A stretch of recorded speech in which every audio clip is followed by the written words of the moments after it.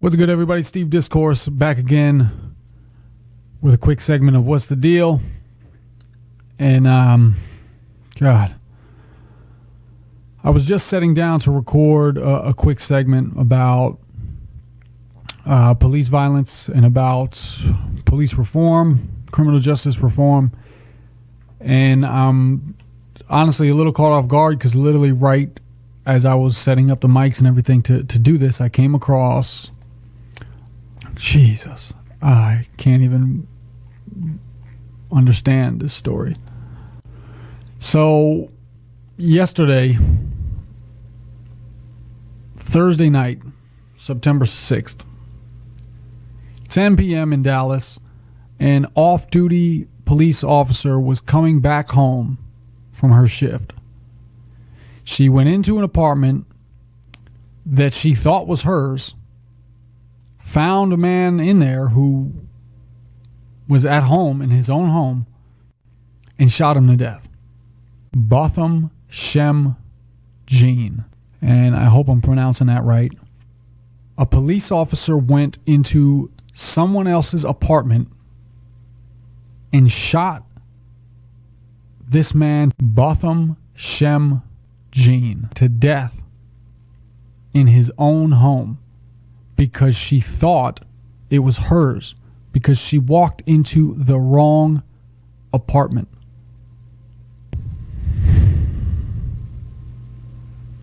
This man is dead. He's never going to be alive again.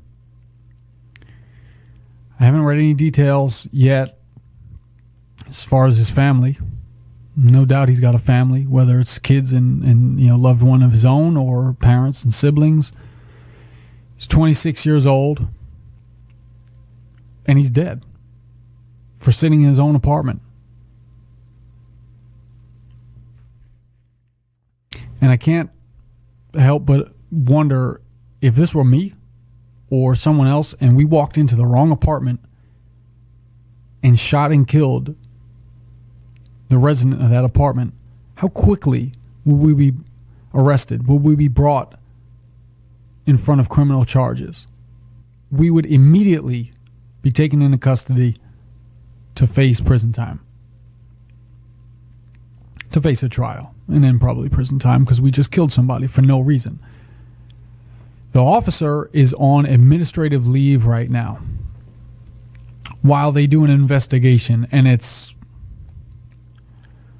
this investigation isn't done by the time you hear this on Saturday,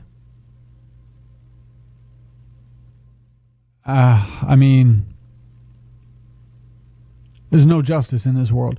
And so what I was getting ready to record today was a brief explanation of what we're going to do. We're going to have a recurring segment on the show where we just update you on the latest number of incidents of police abusing or killing innocent people. Because we can't talk about it every week on the show. We can't have a conversation about what police brutality means. We can't have a conversation on what happened in this case and that case, because that's all the podcast will be about. It happens often enough, trust me, and you'll hear that in weeks to come on the podcast when I give you 2, 3, 5 every week circumstances where citizens, innocent people, were killed under questionable or beaten under questionable circumstances by law enforcement. We just can't talk about them in depth every week because that'll be the entire podcast. So I was going to do this quick segment to explain that that's what we're going to do. We're going to update you. I'll run off a number of stories, give you the very brief details. You can look into it for yourself. But I wanted to explain here why we would be doing that, the perspective that we're going to be coming from, and why we think it's important and what is underlying those regular updates.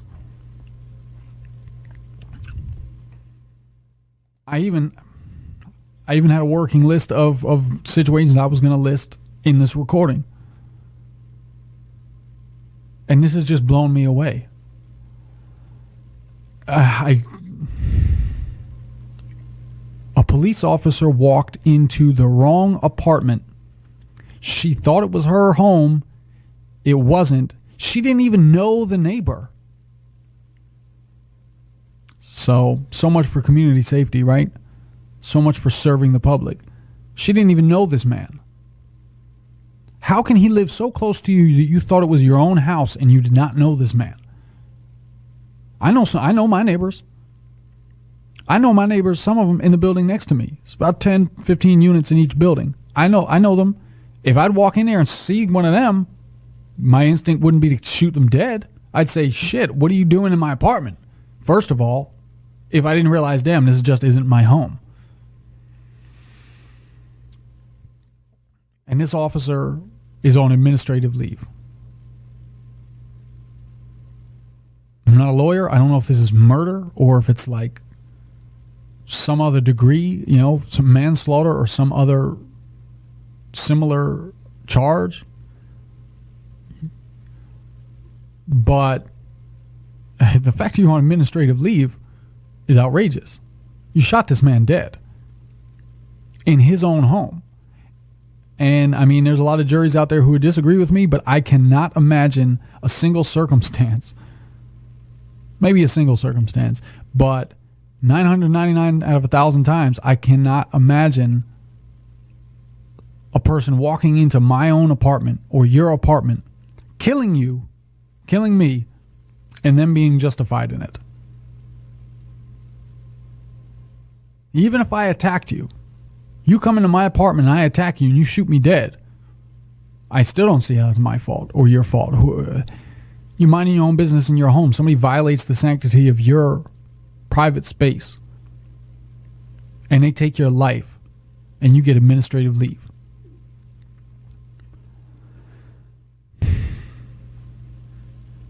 So I'm going to be talking about this story. I'm going to be talking about a lot of other stories that I come across because there's a lot.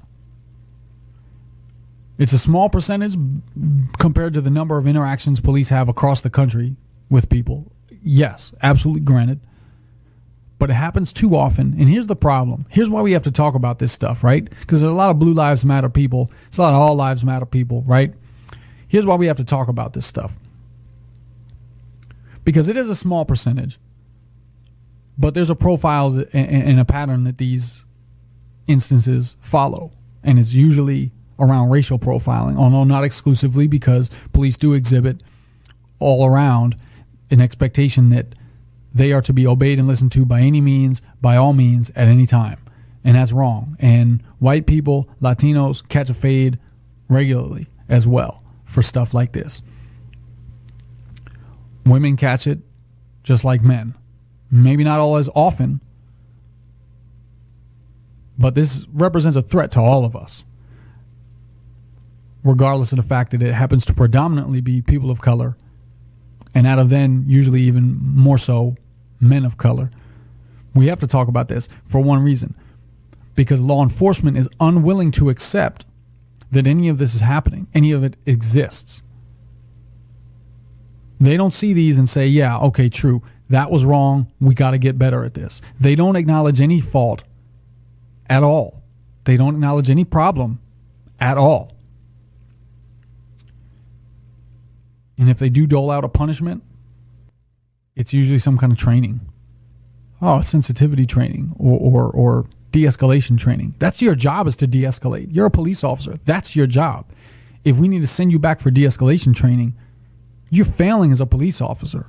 Your job isn't to come in guns blazing, shooting the place. Your job is to keep peace, to make peace, honestly, and enforce laws. Sometimes people are unruly. And what would any of us do in that situation? Sometimes you just gotta, any number of us have been in fights in the street, in school, somewhere, where there's conflicts, and that's just how the resolution happens. It turns violent. But as adults, as highly trained, military-like officers, these people have to be held to a high standard. And maybe overall they are. Maybe they are overall. They're held to a high standard. Let's say they are. When these things happen that are clearly wrong, we need law enforcement organizations, the institutions, to step up and acknowledge that they're wrong. And they don't. And that's why we have to have these conversations.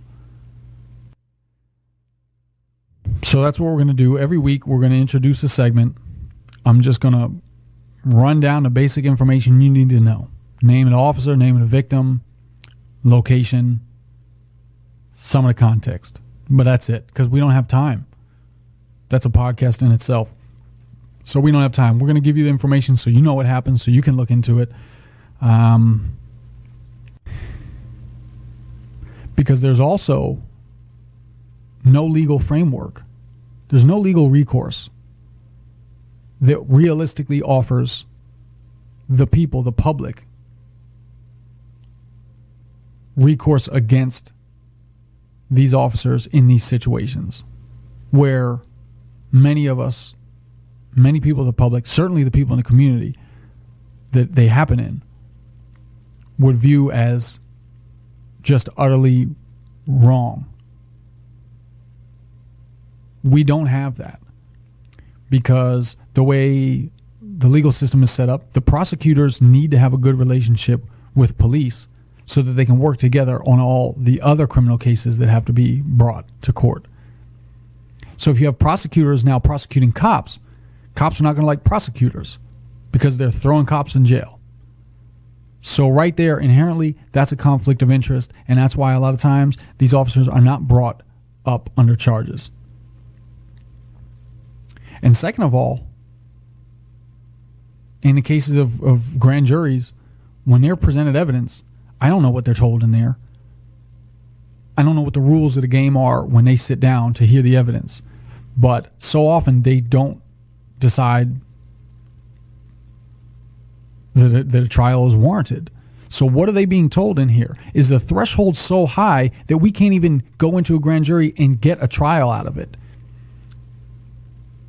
Because the threshold is impossibly high. The bar, we can't meet that. We need to change that legal language. We need to change the structure of the law somehow to make it more realistic that these officers can then be held accountable. Because if they do go to trial, again, it's very hard to get these people convicted. And let's even stop short of that. Okay, no conviction. You are at work. Let's just give the benefit of the doubt. You are at work. It's a risky job. It is, regardless of what side you fall on this, blue lives, Black Lives Matter thing. It is a risky job. You're inherently going into tense situations. I get it. So let's say you're on the job. You got to be able to act. You made a mistake. Somebody's dead. They shouldn't have been. Or you punch somebody in the face for absolutely no reason and you're an asshole. Let's just say that. Okay, fire them. You got to be fired. You can't keep your job. Let's just do that. If we can't get a criminal conviction, at least we can fire these people, right? No, we can't even get them to be fired. And in cases where they are fired, they can just set up shop in a new place. As a police officer, as a law enforcement agent in another district. And that's a problem right there. So again, we just have at every turn, we have so many hurdles and roadblocks to actually holding them accountable. And that's why we have to talk about these. We have to bring it up every time. And it can be traumatic for people to be reading these stories and seeing these videos of themselves, people who look just like them, people who see who they see in their own shoes. I know that's traumatic, and there's a lot of debate as should we even be sharing these kind of videos and images. But we got to have these conversations, and somehow we got to work towards reforming police institutions so that they can be accountable. Because if these situations are so rare, is so rare the way law enforcement says they are, then it should be no problem at all. It should not disrupt any proper or normal flow of business to get these people out of the situation. Fire them. Throw them in jail, hopefully, but fire them. And if these are so rare like they say, it's not going to change anything. It's not going to be a big deal. Unless this kind of behavior is so widespread and so inherent that they're resisting this because they know at any given moment it might be any one of them. And I would tend to hold that view. I think this is a problem about law enforcement as an institution and the culture and the training and the way these people are brought up and the people that they hire to do this, that I think it's much deeper than just fire that cop, because it could be any one of them. Not any one of them, You got 1,000 cops in front of me. Maybe it couldn't be any one of them, but it could be any 500 of them. Maybe 500 of them, it's not going to happen because they're really good at what they do and they're really honest and they really mean well. But the other 500 could be any one of them, and that's too much, right? So we don't know. But the point is, we have no ways of really holding them accountable in a way that satisfies the public. And this is why we have to have these conversations. This is why week in and week out, I'm going to bring you as many of these stories as I come across. And here's the thing, I'm not even going to research these. I'm not going to be looking and scouring news sources from around the country. These are going to be the stories that come across my radar. And it's going to be 2 to 5 a week, guaranteed. And that's too much.